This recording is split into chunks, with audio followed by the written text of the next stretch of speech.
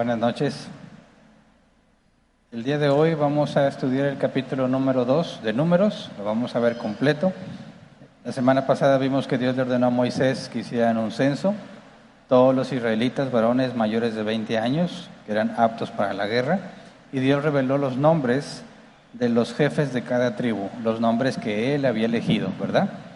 Ahora vamos a ver que Dios ordena cómo deben distribuirse las tribus a la hora de acampar.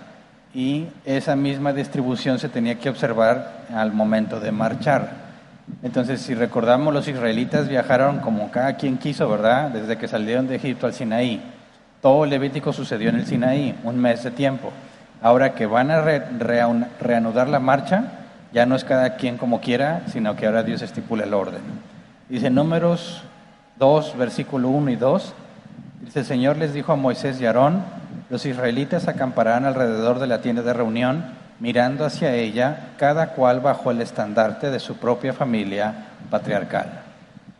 Entonces deben acampar alrededor, mirando hacia ella. O sea, ahorita ponemos una imagen para explicar qué es mirando hacia ella. Y dice, cada cual bajo el estandarte de su propia familia patriarcal. Aquí la NBI quitó unas palabras. Vamos a ver la Reina Valera 60, el versículo 2.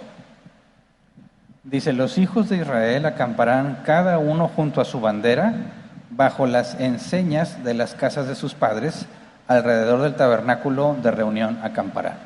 La Reina Valera 60 traduce literal, cada uno junto a su bandera, que es lo que la NBI pone como estandarte, pero luego la NBI quita la mención a las enseñas de las casas de sus padres. Está hablando de por lo menos dos formas de identificar o distinguir entre las tribus de Israel. Dice el comentario Benson, es manifiesto que había 4 grandes estandartes o enseñas que aquí siguen, que se distinguían por sus colores o figuras. También habría otras insignias particulares pertenecientes a cada una de las casas o familia de los padres. Entonces el comentario Benson habla de 3 distintos distintivos o estandartes.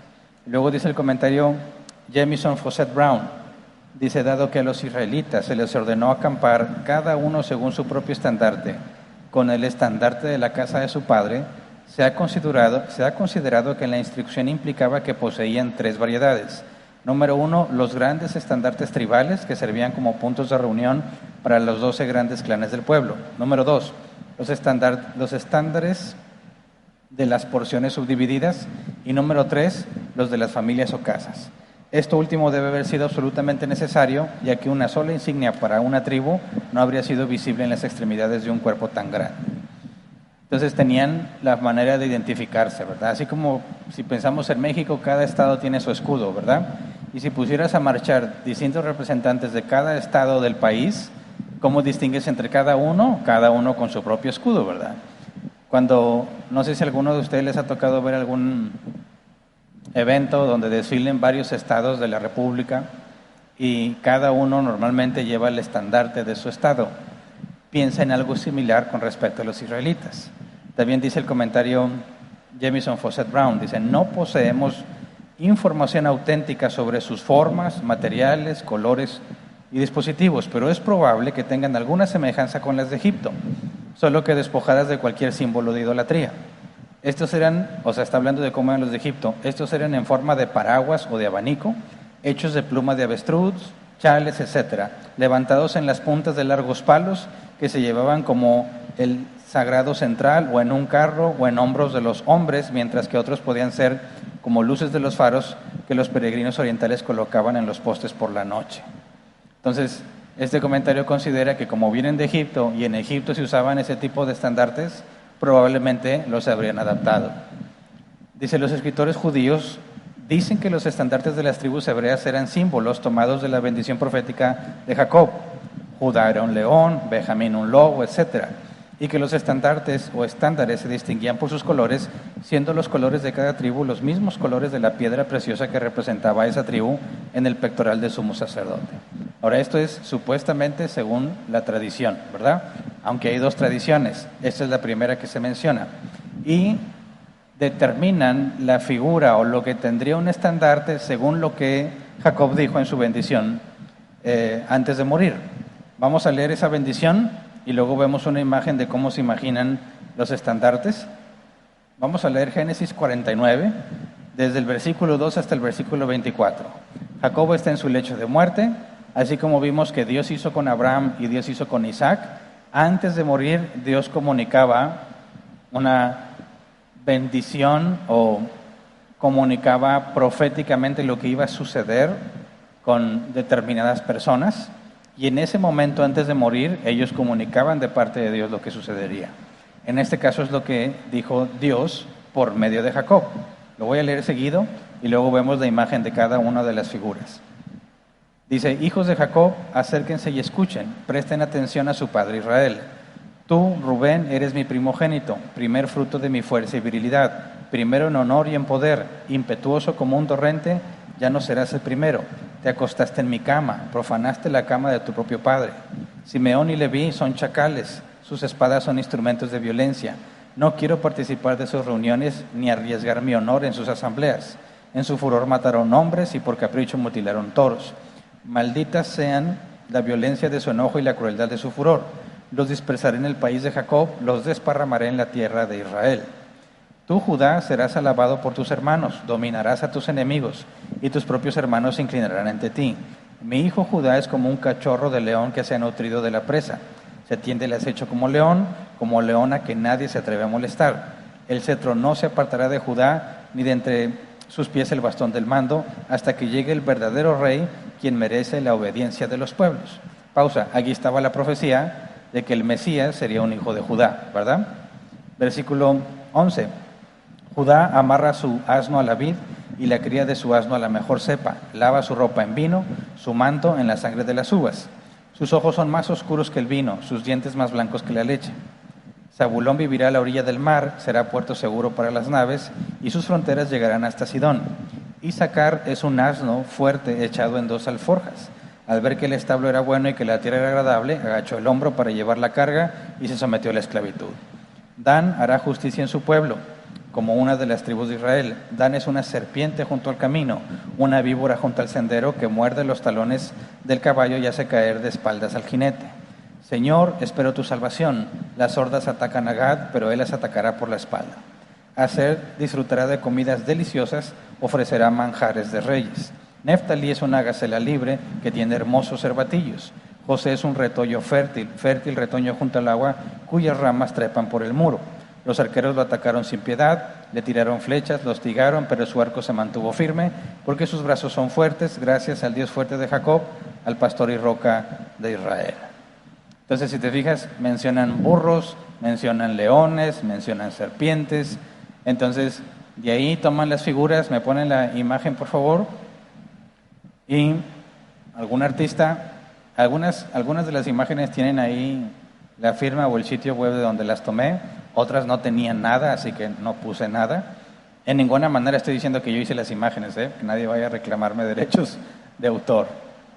Entonces, ahí está, bueno, todas las que encontré son en inglés, casi no encuentro material en español. Pero así sería lo que este artista se imagina, cómo estarían representadas cada una de las tribus, ¿verdad? Leví, Simeón, Rubén, Neftalí, Dan, Judá, etcétera, etcétera. Ahora, nadie sabe cómo eran los estandartes, ¿verdad? Pero esos serían los de cada tribu. Entonces, imagínate alguna manera en que representaban al león. Ahora, tenemos referencia a una posible referencia al estándar, porque la Biblia siempre habla del león de la tribu de Judá, ¿verdad? Y cuando habla del león de la tribu de Judá, probablemente se refiere a la bendición de Jacob, que dijo que sería como un cachorro de león.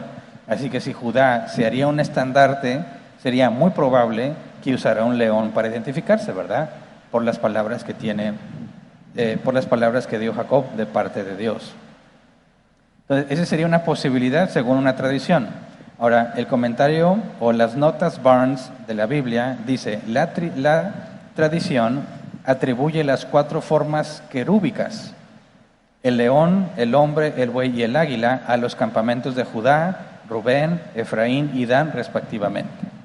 Ahora aquí se adelanta un poco el comentario, porque vamos a ver que Dios distribuye los campamentos en norte, sur, este y oeste.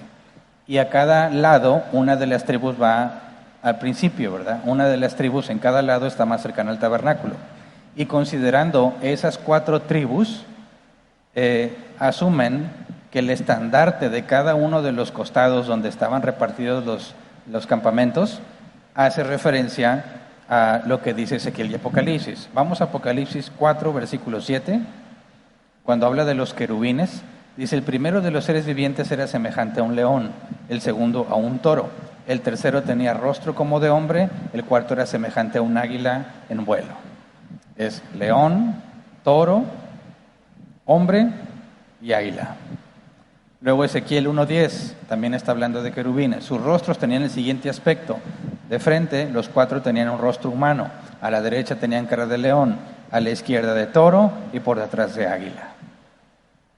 Entonces, algunos consideran, no es exégesis, ¿verdad?, porque no está saliendo del texto, pero algunos consideran que los querubines están relacionados a la manera en que Dios distribuyó las tribus.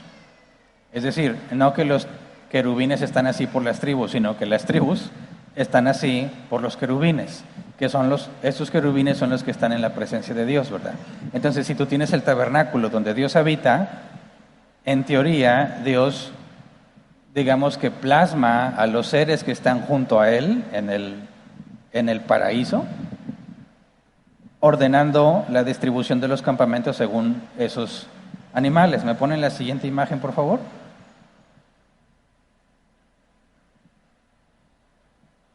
Judá, Efraín, Rubén y Dan.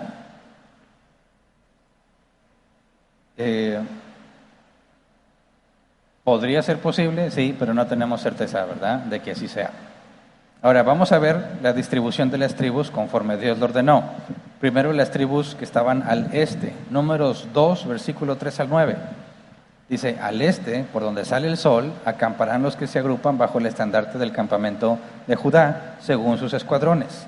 Su jefe es Nazón, hijo de Aminadab. Su ejército está integrado por 74,600 hombres.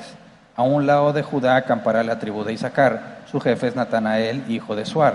Su ejército está integrado por 54,400 hombres. Al otro lado acampará la tribu de Zabulón. Su jefe es Eliad, hijo de Elón. Su ejército está integrado por 57,400 hombres. Todos los reclutas del campamento de Judá, según sus escuadrones, suman 186,400 hombres, los cuales marcharán a la cabeza. Ahora, Dios eligió los jefes, ¿verdad? Y Él está eligiendo la distribución. ¿Por qué Judá es el primero en la lista? Porque Dios quiso, ¿verdad? No hay una explicación. Ahora, un dato importante aquí. Cuando dice el versículo 3, al final, su jefe es Nazón, hijo de Aminadab, es interesante que este nombre esté mencionado, porque si vamos a Lucas capítulo 3, versículo 32 al 33, Lucas 3, 32 y 33 dice, está hablando de la genealogía de Jesús, dice Jesús, o sea, es hijo de Esaí, hijo de Obed, hijo de Booz, hijo de Salmón, hijo de Nazón, hijo de Aminadab, hijo de Aram, hijo de Gerrón, hijo de Fares, hijo de Judá. Entonces, el jefe de tribu que Dios escogió para Judá es ancestro de Jesús, ¿verdad? Jesús desciende de él. Luego, distribución de las tribus al sur. Números 2, versículo 10 al 16. Dice: al sur acamparán los que se agrupan bajo el estandarte del campamento de Rubén, según sus escuadrones. Su jefe es el Sur, hijo de Sedeur. Su ejército está integrado por 46,500 hombres. A un lado de Rubén acampará la tribu de Simeón. Su jefe es Selumiel, hijo de Surizadai. Su ejército está integrado por 59,300 hombres. Al otro lado acampará la tribu de Gad. Su jefe es Eliasab, hijo de Reuel. Su ejército está integrado por 45,650 hombres. Todos los reclutas del campamento de Rubén, según sus escuadrones, suman 151,450 hombres, los cuales marcharán en segundo lugar. Ahora, no sé si te llame la atención cómo es que los números quedaban redondeados, ¿verdad? ¿Por qué no 52 o 53? No, números cerrados. Bueno, investigué un poco y resulta que en aquel entonces no era importante registrar con exactitud los números, sino una aproximación, ¿verdad?, que facilitará las cuentas. Así que esto no significa que crean exactamente el número que está aquí, sino que es el redondeo para determinar cuántos hombres había. Ahora, al centro, Números 2:17. Dice, entonces se pondrá en marcha la tienda de reunión junto con el campamento de los levitas, que está situado en medio de los demás campamentos. Partirán en el mismo orden en que hayan acampado, cada uno en su lugar y bajo su estandarte. Entonces, ya nos dijo al este y al sur, ¿verdad? Y nos dice que los levitas van en medio de los campamentos. Entonces podemos formarnos un poco en la mente, aunque ahorita les muestro una imagen, que estaría el tabernáculo, y luego siguen los levitas, y luego tenemos al este, al Judá y otras tribus, y luego al sur, Dan y otras tribus, y nos faltan 2 lados más. Vamos a ver al oeste, Números 2, 18 al 24. Dice, al oeste acamparán los que se agrupan bajo el estandarte del campamento de Efraín, según sus escuadrones. Su jefe es Elisama, hijo de Amiud. Su ejército está integrado por 40.500 hombres. A un lado de Efraín acampará la tribu de Manasés. Su jefe es Gamaliel, hijo de Pedasur. Su ejército está integrado por 32.200 hombres. Al otro lado acampará la tribu de Benjamín. Su jefe es Abidán, hijo de Gedeoni. Su ejército está integrado por 35.400 hombres. Todos los reclutas del campamento de Efraín, según sus escuadrones, suman 108.100 hombres, los cuales marcharán en tercer lugar. Por último, al norte. Al norte acamparán a los que se agrupan bajo el estandarte del campamento de Dan, según sus escuadrones. Su jefe es Ahiezer, hijo de Amisadai. Su ejército está integrado por 62.700 hombres. A un lado de Dan acampará la tribu de Aser. Su jefe es Pagiel, hijo de Ocrán. Su escuadrón está integrado por 41.500 hombres. Al otro lado acampará la tribu de Neftalí. Su jefe es Ahirá, hijo de Enán. Su escuadrón está integrado por 53.400 hombres. Todos los reclutas del campamento de Dan, según sus escuadrones, suman 157.600 hombres, los cuales marcharán en último lugar según sus estandartes. Ahora, toda esta descripción nos debe dar una idea que están distribuidos en una forma de cruz o en un signo de más. ¿Me ponen la imagen, por favor, la que sigue? Esto lo hizo otro artista reflejando el orden bíblico, cómo se vería desde un punto alto. ¿Te fijas dónde está el observador? En la parte derecha inferior. En el mero centro está el tabernáculo, y luego en sus alrededores más cercanos están los levitas. Y aquí nos adelanta un poco en la imagen, nos pone 4 puntos de los levitas, porque creo que es hasta el capítulo 10, donde se especifica cómo se iban a distribuir, a su vez, a cada punto de los lados cardinales, cómo se distribuirían los levitas. Pero entonces, te fijas, en la parte inferior está Judá, y luego dice que a su lado está Isaacar, y luego Zabulón.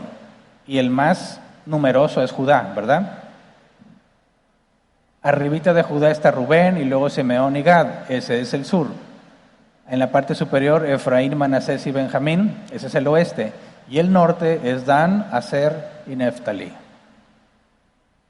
Eso nos daría una idea de cómo están distribuidos. Ahora, fíjate bien, como Judá son más numerosos, resulta que el lado este, si están formados considerando el mismo ancho, ¿verdad? Como están ahí en escuadrones, tendrías algo muy parecido, dado que ese largo sería el más extenso, muy parecido a la cruz donde Cristo fue crucificado, ¿verdad? No necesariamente significa algo, ¿verdad? Pero la forma en la que se movían era en forma de cruz, como normalmente identificamos la cruz de Cristo. Ahora, ese es el orden que tenían que respetar para moverse. Me ponen la siguiente imagen, donde tratan de plasmar con un sentido un poco más realista cómo se vería otra vez desde alguna de las montañas ahí cerca. Esta vez tenemos a los observadores en la parte izquierda inferior, y más o menos te darías una idea realista de cómo se veía la distribución del campamento. La siguiente imagen es todavía más realista y cómo se vería de noche. Esa es la que más me gustó. ¿Se acuerdan que de noche estaba la columna de fuego, verdad? Y servía para iluminar a todos.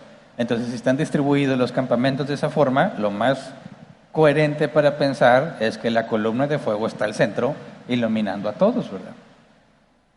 Entonces, imagínate que estás ahí en una de esas tiendas de campaña y ves constantemente la columna de fuego de ahí. ¿Alguien dudaría que Dios está ahí? No. Saben que ahí está, ¿verdad? ¿Quién ¿Quién de ustedes les gustaría estar ahí viendo eso? ¿Sí? Levante su mano, quiero saber quiénes. No saben lo que están diciendo. Apunten sus nombres, por favor. No tienen idea de lo que están diciendo. Si estuvieras ahí, serías un israelita o un prosélito, ¿verdad? Alguien que la Biblia dice que era la chusma que se les pegó. Pero no lo digo porque seas chusma, sino porque estarías en un pacto por obras que ningún israelita pudo cumplir. Y toda esa generación que estaba ahí, los adultos, murieron en el desierto. Solo sus hijos entraban a la tierra prometida. Así que pregunto, ¿quién le gustaría estar ahí viendo eso? No, o sea, el pacto que tenemos ahora en Cristo es por mucho mejor, aunque no vemos nada físicamente. Puede ser engañoso decir, a mí me gustaría mucho estar viendo la columna de fuego. Sí, pero no tienes al Espíritu Santo en ti. Dios no les dio a los israelitas así en general el Espíritu Santo para que cumplieran sus leyes y les demandaba que se comportaran con perfección. Las bendiciones de Dios estaban condicionadas a su obediencia. ¿Qué tanta bendición tendrías ahorita de acuerdo a tu obediencia? Hace mucho hubiera sido consumido por Dios. Entonces, de ninguna manera querríamos estar ahí. Lo mejor es estar ahora donde estamos nosotros, ¿verdad? Que somos uno en Cristo, que tenemos al Espíritu Santo, que el pacto es por gracia. Yo no hice nada, Dios ya me dio la salvación y no tengo que hacer nada para sostenerla. Me porto bien y obedezco a Dios por gratitud. Y cuando me equivoco, Dios me corrige. La Escritura dice, nadie arrebatará a las ovejas de la mano del Padre. Estamos seguros, nuestra salvación, nuestra bendición no depende de tu obediencia como la de ellos. Así que aguas, no caigas en eso. No se compara lo que tenemos ahora con lo que ellos tuvieron. Ahora, regresamos. Números 2, 32 y 33. El número total. Estos son los israelitas reclutados entre las familias patriarcales. El total de reclutas por escuadrones suma 603.550 hombres. Pero los levitas no están incluidos con los demás israelitas conforme a lo que el Señor le había mandado a Moisés. ¿A qué se refiere que no está incluido? Es decir, no están distribuidos así como ellos. Ellos van al centro y hasta este punto todavía no se especifica el orden. Más adelante lo va a especificar. Entonces aquí se aclara, así van a estar reclutados, pero los levitas todavía no, ¿verdad? Tendremos la explicación o el orden establecido por Dios más adelante. Luego el último versículo, Números 2:34. Los israelitas hicieron todo lo que el Señor le mandó a Moisés, acampaban bajo sus propios estándares y se ponían en marcha según sus clanes y familias patriarcales. Imagínate eso. Se movía la nube o se movía la columna de fuego, ¿qué significaba? Junta las chivas, literal, ¿verdad? Tenía chivas. Junta las chivas, todo lo que tienes, guarda todo y ponte en marcha, porque cuando la nube se mueve o la columna de fuego se mueve, eso significa que Dios dice, vámonos. Cuando a Dios le placiera, de día o de noche. Si Dios decía, nos movemos, te mueves. Y no es cada quien como quiera. Vas respetando el escuadrón al que perteneces. No te puedes adelantar, no te puedes atrasar. Tienes que esperar que empiece, y más adelante vamos a ver con detalle. Tiene que empezar por el este y el sur, y se empezaban a trasladar hacia la tierra prometida. Entonces tenías que esperar que los clanes de mero adelante estuvieran listos para avanzar. Y los que estaban hasta atrás, aunque estuvieran listos, no se pueden mover porque tienen que respetar el orden. Así que imagínate cuánto tardaría en que 2.5 millones aproximado de personas estén listos para iniciar el viaje. ¿Cuántos desesperados tenemos que en el tráfico ya no aguantamos? Apenas cambia verde y ya están, ¡ping!, que avancen. Espérate, acaba de cambiar, o sea, todavía. No soy brujo para saber que ya va a cambiar, ¿verdad? Imagínate en aquel entonces la paciencia y la organización que tenían que tener para poder ordenar ese traslado. Ahora nos dice que todos obedecieron. Nadie se quejó. ¿No crees que era fácil que alguien dijera, ¿y por qué Judá ahí primero? ¿Por qué a nosotros nos mandaron hasta atrás? O sea, aquí hay favoritismos, ¿no? O Judá es más especial que yo, ¿o cómo? ¿Por qué Judá sí y yo no? Sería una queja muy sencilla, ¿no? Muy fácil de imaginar. Nadie se quejó. Así como Dios dijo, así lo hicieron. Y los que quedaron hasta el último, no se dice más. Esto es un ejemplo muy importante para nosotros en la iglesia, porque Dios ha estipulado el orden en la iglesia. Y es asombroso que la gran mayoría de las iglesias que se dicen cristianas no les importa el orden que Dios estableció para su iglesia. Hacen lo que quieren y se organizan como quieren, ¿verdad? Una de las cosas más comunes es el hecho de que tengan pastores. Uno de los requisitos, el anciano debe ser marido de una sola mujer. Ninguna mujer puede cumplir ese requisito, ¿verdad? Pablo dice, no permito a la mujer enseñar, y está hablando de la enseñanza pública, la que le corresponde a los ancianos. Y aún así las iglesias que se dicen cristianas dicen, esta es pastora. Y dices, ¿cómo? O sea, ¿cómo es posible que dices que amas a Dios y que quieres seguir a Dios, pero ignoras por completo lo que Dios dice con respecto a la organización de su iglesia? En la Biblia dice que hay una pluralidad de ancianos, no puede haber un solo pastor. Y la gran mayoría de iglesias tiene un solo pastor. La Biblia pone los requisitos para ser anciano. Lee Tito 1 y 1 Timoteo 3.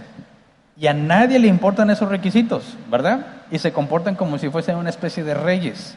Los pastores dicen, yo ya estoy viejo, me voy a mover, así que le dejo el reino a mi hijo. Y el hijo se convierte en el pastor. ¿Por qué él? Pues que es el hijo del pastor. ¿Y los requisitos bíblicos? Ni les importan, ni les interesan, y la mayoría ni los conocen. Y luego bíblicamente de ahí siguen los diáconos, y también hay requisitos para ser diácono. Ahí sí puede haber diaconisas. Pero cuando tú investigas en otras iglesias quiénes son los líderes, pues el hijo, el cuñado, el tío, el primo, el que ofrenda más. ¿Y de dónde se sacaron eso? Así se lo inventaron, así les pareció bien. Ahora piensa, tú verías a los israelitas moverse y alguien que es extranjero, ver semejante multitud de gente y ver que avanzan todos ordenados, ¿qué piensas? ¿Qué piensas? Dices, oye, ¿qué orden? ¿Cómo le haces para tener a tanta gente ordenada? Y es más, el simple hecho de ver a los israelitas trasladándose glorificaba a Dios, ¿verdad? ¿Cuánto trabajo se requiere para organizar a toda esa gente y que se muevan de esa manera?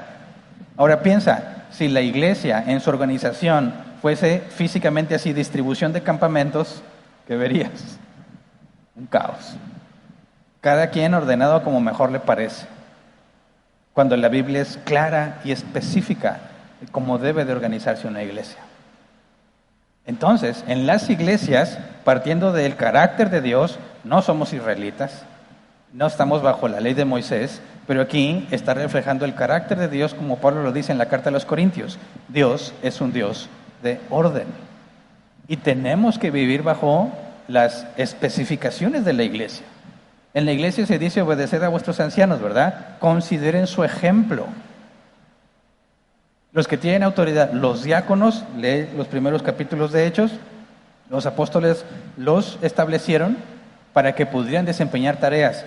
Los diáconos tienen autoridad de parte de los ancianos para representarlos en su nombre y organizar las áreas.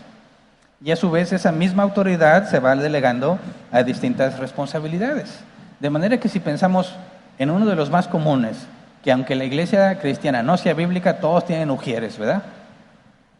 En todos lados hay ujieres. Ok, ¿qué autoridad tiene un ujiero? Bueno, bíblicamente no existe esa figura.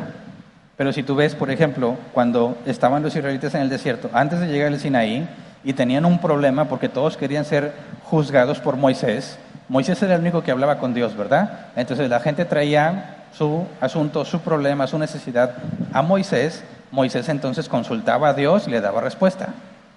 2.5 millones de personas en algún momento querían obtener información de parte de Dios por medio de Moisés. Y nos dice la Escritura que se tardaban todo el día en ser atendido una sola persona. Jetro, suegro de Moisés, lo ve y le dice, oye, no hagas eso, te desgastas tú y desgastas al pueblo. Organícense, pongan jefes de miles, de centenares, de 50 y de 10. ¿Le pareció bien a Moisés? ¿Le parece bien a Dios? Y se organizan. Entonces, no tiene nada de malo organizarte, pero tienes que respetar el orden que Dios ha establecido.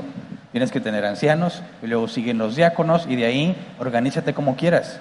Pero esos dos puestos claves de responsabilidad están específicamente los requisitos establecidos en la Escritura. Si tú te apegas a eso, tienes una estructura de tu iglesia tal como a Dios le ha placido. Y lo que organices después de ahí, queda a criterio de cada congregación cómo se organizaron después ellos. Pero refleja o glorifica a Dios el orden en la iglesia. No podemos hacer cada quien lo que mejor le parezca. No podemos decir, pues sí, mira, yo le hago caso a él y los demás me valen. ¿Cómo? ¿Por qué? La Biblia dice, sujétense los unos a los otros. Cuando yo esté sentado y otro esté predicando, yo estoy bajo autoridad. ¿De quién? De los sugieres encargados de mantener el orden en este lugar, ¿verdad? Si me voy a estacionar, ¿bajo qué autoridad estoy? Siguen siendo los sugieres los encargados del estacionamiento. Significa que un ujier es mayor que yo, todos valemos igual a los ojos de Dios. Nadie vale más que otro, pero todos tenemos distintas responsabilidades. Pero cuando entonces voy a entrar y voy a ir, mis hijos ya crecieron, pero cuando llevaba a mis hijos a los salones, estoy sujeto a las reglas del ministerio de maestros y del maestro que está en ese salón, ¿verdad?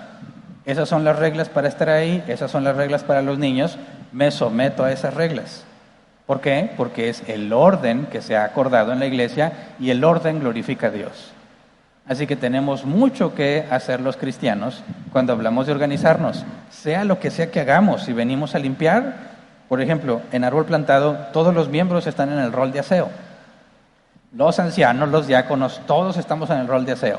Ahí nadie se libra de esa. No hay de que, yo soy anciano, yo no limpio. Con más razón debes de poner el ejemplo de limpiar. Así que a mí me toca venir a barrer y a mi esposa y me traigo a veces a mis hijos para hacer bola. Digo, ellos no son miembros todavía, pero bien que pueden limpiar. ¿Y a quién estoy sujeto en eso? A los encargados del área de limpieza, de aseo y limpieza. Y ahí tienen un checklist de todo lo que tienes que limpiar. Si yo llego y digo, no, yo nomás voy a limpiar aquí y ya. No estás haciendo las cosas mal. Hay un orden establecido y glorifica a Dios el orden y tienes que seguir el orden establecido. ¿Me explico? Cosas tan insignificantes reflejan mucho a quién perteneces, de quién eres hijo, ¿verdad? Jesús puso esta regla simple. Le dijo a los maestros de la ley y fariseos, ustedes son de su padre el diablo. Y dijeron, nosotros somos hijos de Abraham. No, ustedes son hijos del diablo porque hacen las cosas del diablo. Si fueran hijos de Abraham, harían lo mismo que Abraham. Cuando hablamos del orden y el orden que reflejas tú en tu comportamiento, refleja de quién eres hijo. ¿Eres hijo del diablo? Haz lo que te venga en gana y no respetes ningún orden. ¿Eres hijo de Dios? Tienes que entender siempre quién es la autoridad en el lugar que estás. No nada más en la iglesia. Cuando vas a un banco, hay reglas. No puedes llevar la gorra, ¿verdad? En algunos te dan chance de poner la visera atrás. No puedes traer lentes. No puedes estar hablando por celular. Un cristiano que quiere glorificar a Dios se sujeta al orden establecido, ¿verdad? Un cristiano no se va a andar peleando, ¿qué? Yo me puedo poner lentes si yo quiero. No entiendes de quién eres hijo. Tienes que establecer y respetar el orden. Entonces, cuando vemos que los israelitas aceptaron, dices, bueno, qué chido los levitas, ahí están en medio de todo, están viendo todo lo que pasa, ¿verdad? Tienen ahí luego el tabernáculo. Y luego las 4 tribus alrededor también tienen vista especial.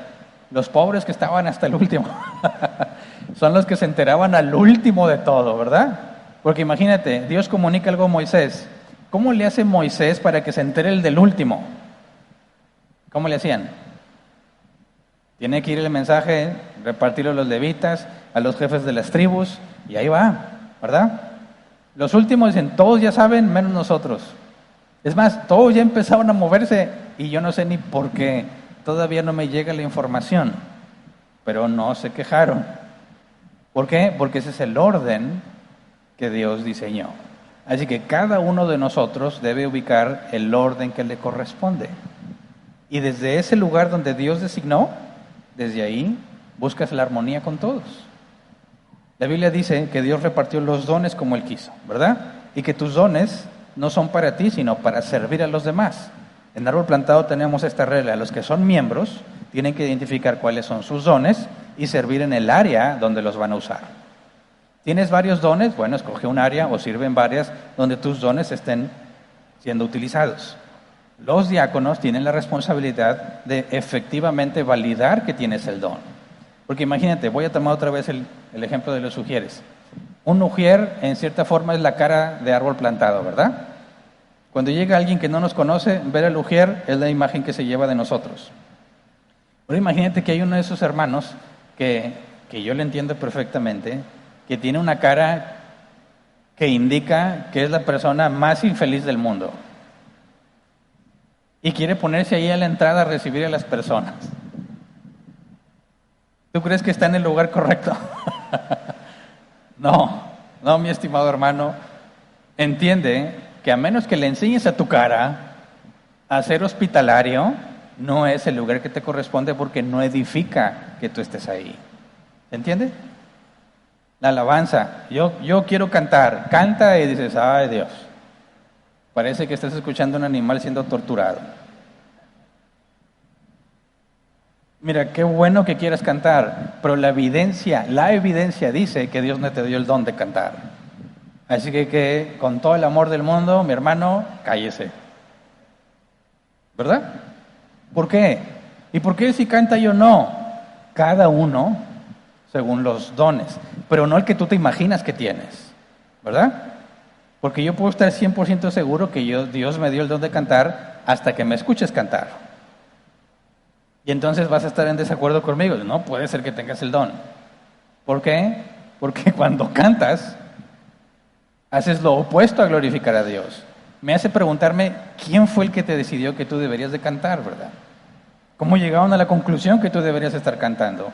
En lugar de pensar y decir, qué grande es Dios que da esas habilidades a sus hijos. ¿Se entiende? Entonces, ¿cuáles son los dones que Dios te dio? Es el lugar donde debes estar funcionando.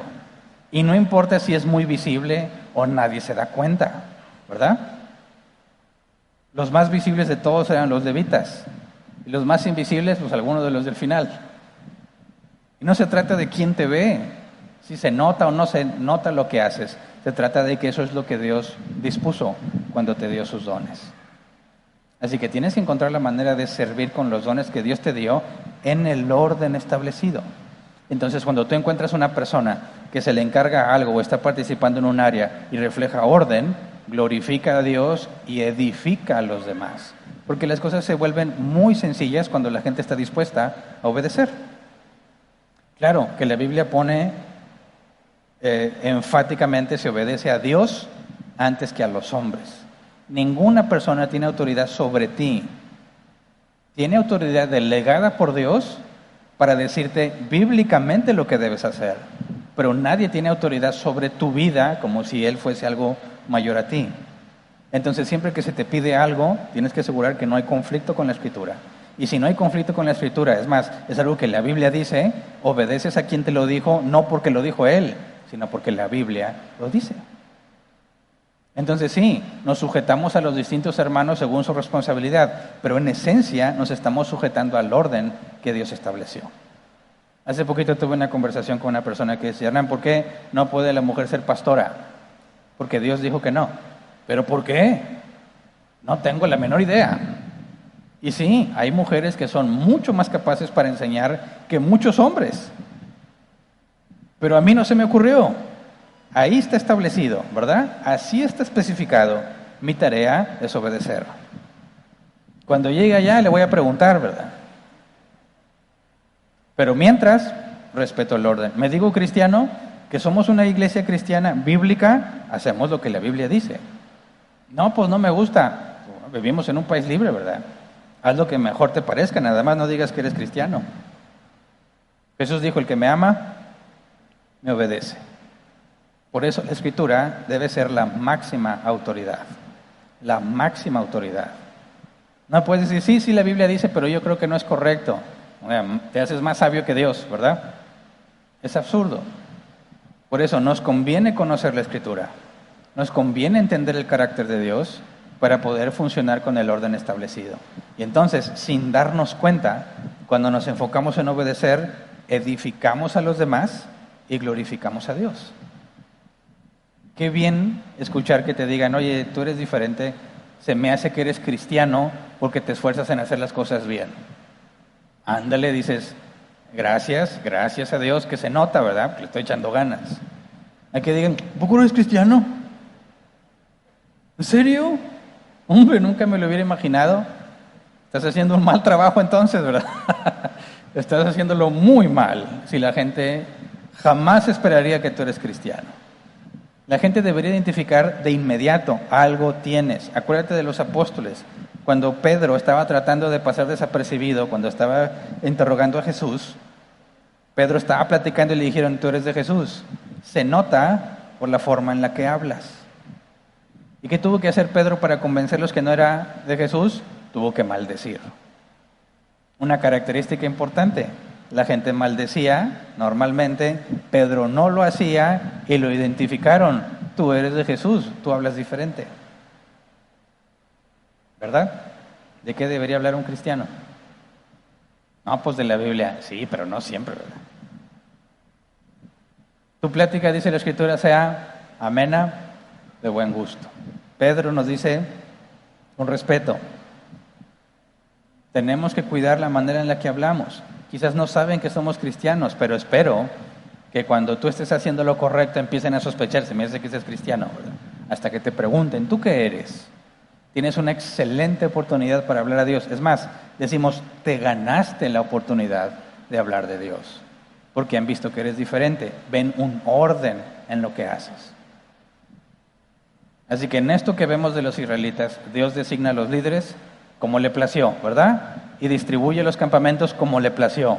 Lo mismo así está en la iglesia. Dios elige ancianos, Dios elige diáconos.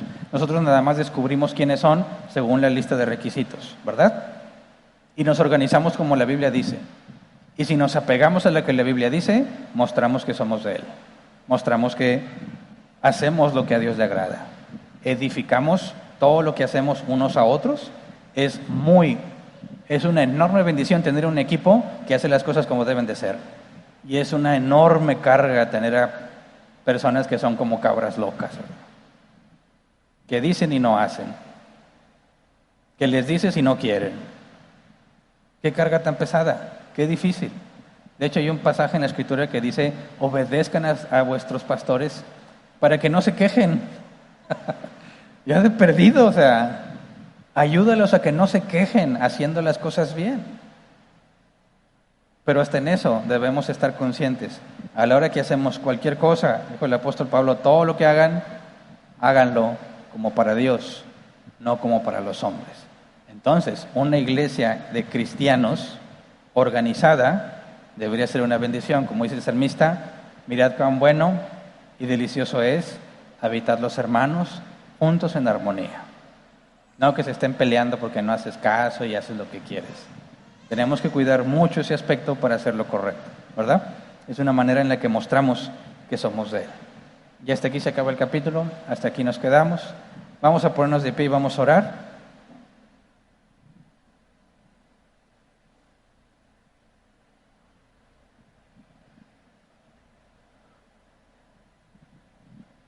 Es cierto que los israelitas vieron muchísimas cosas que nosotros querríamos ver. Pero, piensa, la Biblia dice que un día lo veremos tal cual es y nosotros seremos igual a Él. Veremos a Jesús con un cuerpo glorificado, que la Biblia dice que Él es el primero, las primicias de la resurrección. Y luego nosotros, cuando resucitemos, con el mismo cuerpo que Él tiene.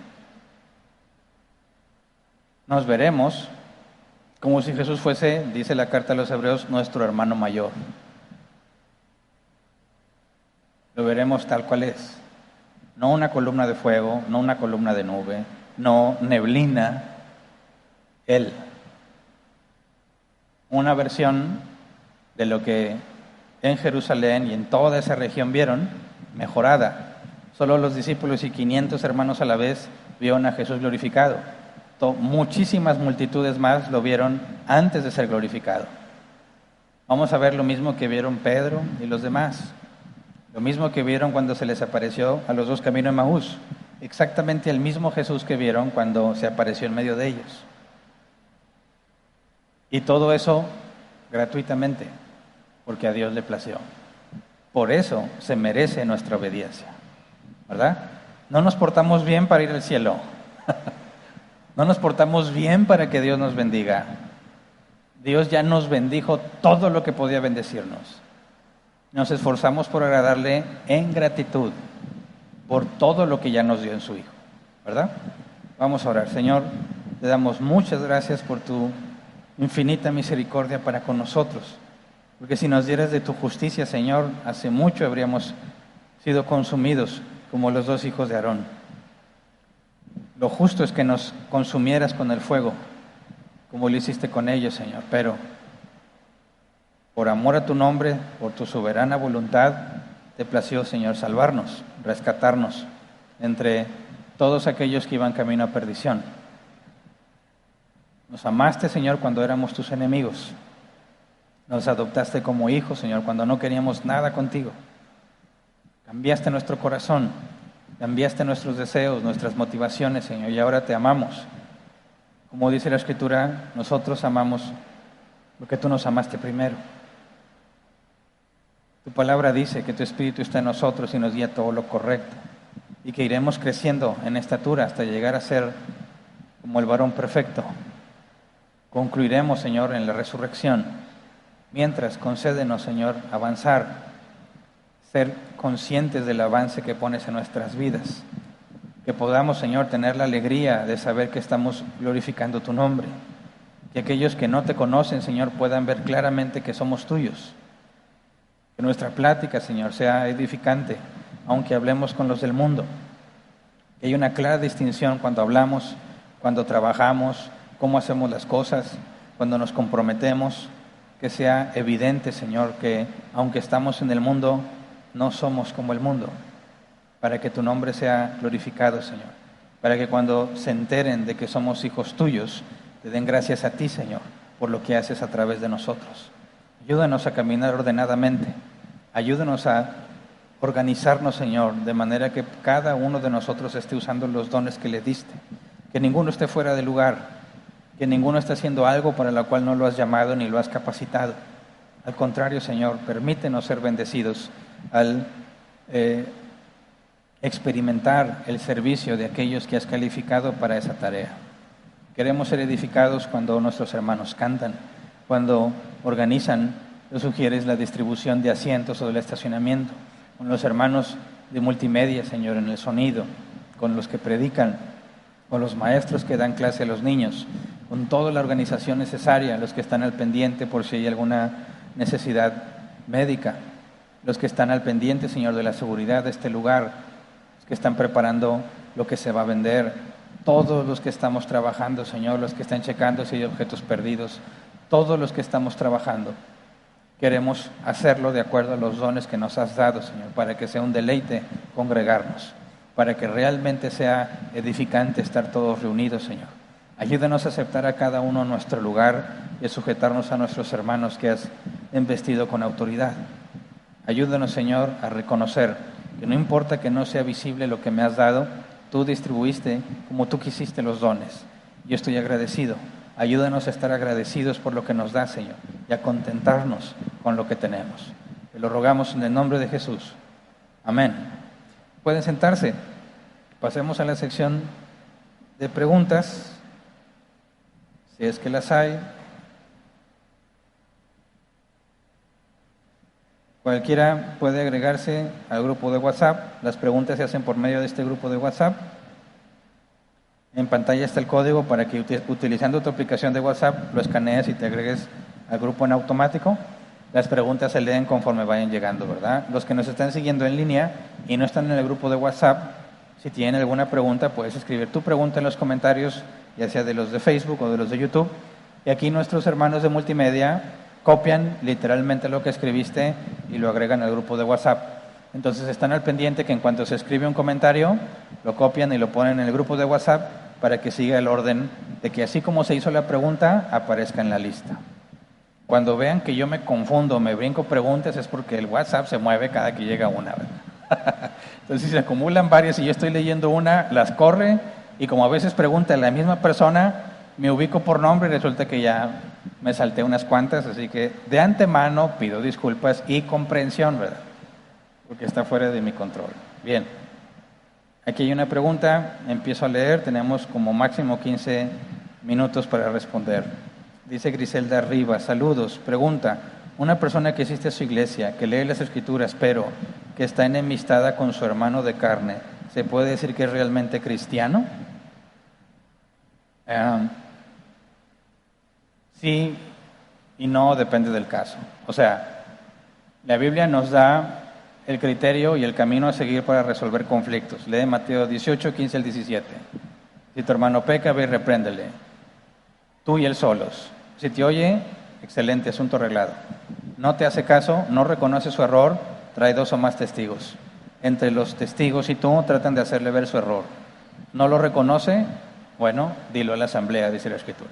Se tiene que informar a los ancianos inician una investigación, los resultados de esa investigación se llevan ante la asamblea para que la asamblea se entere y juntos determinen cómo hacerle ver que está en un error como una última oportunidad para que se arrepienta. Si no se arrepiente, entonces Jesús dice, tenlo por gentil y publicano. Pablo dice, entréguenlo a Satanás, ¿verdad? Expulsen al inmoral. Esa es la expulsión o excomunicación cuando una persona no se arrepiente de su pecado después de seguir ese proceso, entonces ya nadie lo va a tomar como cristiano, por consecuencia queda excomunicado de la iglesia. Entonces, si alguien está enemistado con su hermano y se dice cristiano, es el camino que tiene que seguir. Si no lo sigue, a él hay que aplicarle entonces el proceso de disciplina, ¿verdad? Pero nadie se puede quedar sin ser amonestado si persiste en pecar. Entonces, si tú estás enemistado, tienes que recorrer el proceso. Ahora, hay algunas circunstancias donde ya recorrí el proceso y esa persona con la que tenía un conflicto no reconoce su pecado y quedó excomunicada. Entonces la Biblia nos demanda que ya ni siquiera comamos con esas personas. Estamos en enemistad, ¿verdad? En ese caso, estar en enemistad con el que fue excomunicado no es pecado, ni es desobediencia. Al contrario, es hacer lo que Jesús dijo. Siguiente, Alex García. Las iglesias donde hay pastorado de la mujer, ¿cómo podría considerarse si realmente luchan por ser bíblicos pero se mantienen en esa postura? Con la mujer, ¿podría considerarse iglesia enferma en vez de sana o de plano se considera antibíblica? Mira, aquí habría que considerar si es un error de ignorancia o si es rebelión voluntaria. Tú puedes considerar el caso de Apolos, por ejemplo, que cuando Priscila y Aquila lo escucharon predicar, dice, lo tomaron aparte y le enseñaron correctamente el evangelio. O sea, Apolos predicaba mal, estaba enseñando equivocadamente. Se le instruye, se le explica cómo debe de ser, Apolos corrige su doctrina y más adelante vemos que es compañero de Pablo, ¿verdad? Incluso las iglesias disputaban que si unos eran de Pablo, unos eran de Apolos, otros eran de Pedro, viendo cómo sobresalió en el ministerio que Dios le dio. Así que tú puedes ver que alguien está equivocado doctrinalmente cuando le corriges bíblicamente la doctrina, la reconoce y entonces cambia su postura, ¿verdad? De hecho, la Biblia dice que Dios disciplina solo a sus hijos. Entonces, cuando tú ves que alguien tiene una doctrina errónea y tú le demuestras con la Escritura que está mal y cómo debe de ser, ese es el momento en el que te das cuenta si es un falso maestro o es una persona equivocada. Si es una persona equivocada y es hijo de Dios, aunque quizás le tome un tiempo, va a tener que reconocer que está mal, sujetarse a la Escritura y confesar públicamente su error y hacer la corrección, ¿verdad? Y lo digo, incluso yo lo he hecho. Cuando a mí me han dicho, Hernán, lo que dijiste no es bíblico, yo he tomado aquí este lugar, tengo que hacer una corrección, dije esto y es equivocado, esto es lo correcto. Cuando yo cambié de mi postura con respecto al estado intermedio, dije claramente, esta postura que yo tenía no tiene suficiente evidencia bíblica, esta es la postura que debe ser correcta bíblicamente y lo dije públicamente, ¿verdad? Ninguno estamos exentos a los errores. Quiero hacer la aclaración porque algunos dicen, ay, que Hernán lo dice bien fácil. No, yo ya lo viví, ¿verdad? Y ya lo pasé. Sé de qué estoy hablando. Pero cuando tú le dices a una persona, a alguien que está enseñando que está mal, y aún así no quiere aceptarlo, sigues el proceso de Mateo 18, ¿verdad? Traes testigos, no quiere hacer caso. Ahora, ¿son los pastores y no hacen caso? Entonces tenlo por cierto, son falsos maestros. No pueden ser una iglesia cristiana esa. Son falsos maestros que no se sujetan a Cristo. Es más, se rebelan contra la Escritura. Se rebelan contra lo que enseñaron Cristo y sus apóstoles. Por consecuencia, no es una iglesia enferma. No es iglesia. Y Apocalipsis las cataloga como sinagoga de Satanás. Sinagoga es el equivalente de congregación. Es una congregación de Satanás, aquella que se dice cristiana, pero se rebela contra la propia Escritura. Siguiente, ¿existe una diferencia entre ancianos, pastores y obispos? Solo en el nombre. Mira, anciano se refiere la palabra griega y la ves incluso esa figura en el Antiguo Testamento, presbíteros o presbúteros, son los que se encargan de guiar a la congregación. Si tú ves en el contexto práctico, eran los que más sabiduría tenían porque eran los más viejos, ¿verdad? Sin embargo, en el Nuevo Testamento se aclara que no es cuestión de edad. De hecho, tú podías ver que Lot, por ejemplo, sobrino de Abraham, era anciano en Sodoma y Gomorra, ¿verdad? Tienes más ejemplos de ancianos en la Escritura, pero específicamente tienes a Timoteo y a Tito, que eran jóvenes, calculan 30 y algo, y eran ancianos, aunque no eran de edad avanzada. De hecho, Pablo le dice a Timoteo, ¿verdad?, que nadie tenga en poco tu juventud, sino sé ejemplo de todo a todos. Entonces, si se cumplen los requisitos bíblicos, que no es un asunto individual de que si yo los tengo, ok, si tú crees que los tiene, la asamblea debe confirmar que los tienes. De manera que tú puedes ser establecido como anciano, aunque no tengas una edad avanzada, si cumples con los requisitos. Entonces, anciano se supone que es el que guía y toma decisiones porque es el más experimentado. Pastor hace la figura literal de un pastor que cuida las ovejas. Y Jesús le dijo a Pedro, en 2 ocasiones, Pedro, apacienta mis ovejas y alimenta a mis corderos. De ahí tomamos la figura de un pastor. Es el que se encarga de cuidar y de alimentar. Y alimentar no es literal, ¿verdad? O sea, mi Hernán nunca me ha dado comida. Está hablando de la palabra de Dios, ¿verdad? Jesús dijo, no solo de pan vivirá el hombre, sino de toda palabra que sale de la boca de Dios. Entonces, es el que predica, es el que advierte, es el que exhorta. Y cuando hablas de obispo, la palabra griega se traduce como supervisor. Es el que supervisa que en las cosas de la iglesia estén funcionando correctamente. Entonces, anciano, pastor u obispo se refiere a exactamente el mismo oficio, aunque con un enfoque diferente en la palabra, ¿verdad? Anciano era cuestión de honor, ¿verdad?, por la sabiduría que se acumulaba. Pastor por la tarea que desempeña y obispo por la responsabilidad. Y esas tres palabras ubican a un solo oficio.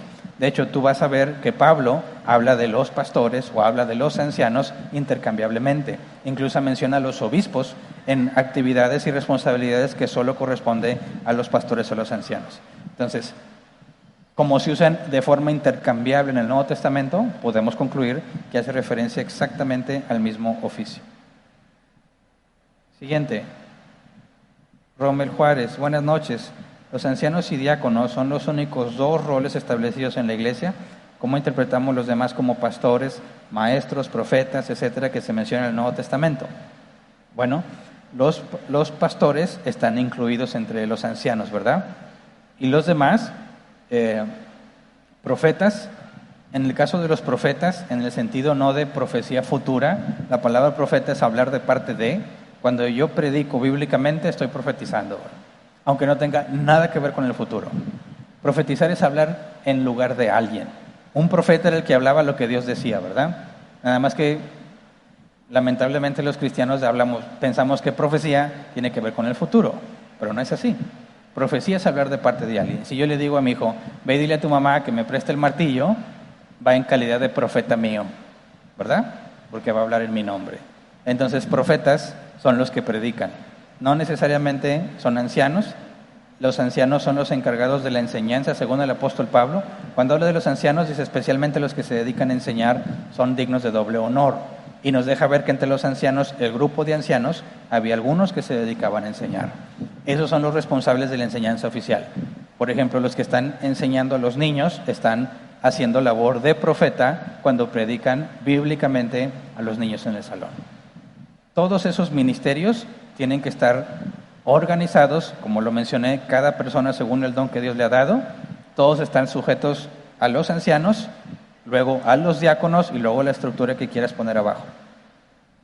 Así es como debe de estar organizada bíblicamente una iglesia cristiana. Siguiente, Justo Ramírez, pastor, ¿es la enfermedad producto de algún castigo de Dios? No tiene nada que ver con el tema, ¿verdad? Pero es la última, ¿verdad? ¿Sí? Entonces sí alcanza. No necesariamente. Los apóstoles, bueno, no eran calidad de apóstoles, eran discípulos. Se encontraron un ciego de nacimiento y le dijeron a Jesús, Jesús, ¿este está ciego porque pecó él o porque pecaron sus padres? Y Jesús dijo, ni él ni sus padres. Esta enfermedad es para la gloria de Dios. Y lo sanó, ¿verdad? Entonces, ese nació ciego porque Dios quiso que llegara el día de sanarlo en frente de muchos y Dios fuese glorificado. No se debía a pecado. Pero, por ejemplo, tenemos el caso de la mujer que entró encorvada a la sinagoga, que Jesús dijo que Satanás la tenía atada, ¿verdad?, durante 20 y tantos años. Luego tenemos al otro que estaba lisiado y le perdonó los pecados y lo sanó, ¿verdad? De manera que sí, hay pasajes bíblicos donde se asocia la enfermedad con un demonio. El joven que caía al suelo y echaba espuma por la boca, que a veces caía en el fuego, a veces caía en el agua. Lo que diríamos, es como epilepsia, es una enfermedad. Bueno, la Biblia dice literalmente que el demonio lo hacía hacer eso. Entonces, bíblicamente, sí, hay enfermedades que son producto de pecado, o sea, de desobediencia, de demonios, pero no todas las enfermedades. De hecho, el mismo Timoteo, Pablo le dice que le aconsejara que tomara un poco de vino por sus males estomacales. Pablo dijo de varios de sus compañeros que los había dejado en distintas ciudades porque estaban enfermos. Y ahí Pablo en ningún momento dice que estaban pecando ni que estaban endemoniados, mucho menos endemoniados, ¿verdad? Porque un cristiano que tiene el Espíritu Santo no puede estar endemoniado. La Biblia dice que no hay comunión entre la luz y las tinieblas. Así que cuando alguien está enfermo, no puedes asegurar que es por pecado, tampoco lo puedes negar directamente, tendría que considerarse cada caso. Es todo, ¿verdad? Bien. Muy bien, terminamos entonces con la sesión. Despedimos la transmisión. Si Dios quiere, volverá el agua a los que tenemos ya una semana sin agua, ¿verdad? Los que tienen agua, considérense bien bendecidos. Esperemos que esto se solucione pronto, según la voluntad de Dios, pero como quiera, vivamos agradecidos, ¿verdad? Cuando vengas cargando las tinas, di gracias Dios, porque puedo traer agua en las tinas. En lugar de decir, ¿por qué no tengo agua, Dios? Gracias Dios porque puedo conseguir agua, aunque sea en tinas, ¿verdad? Hay que ser agradecidos y bueno, si Dios quiere, nos vemos aquí en la próxima reunión.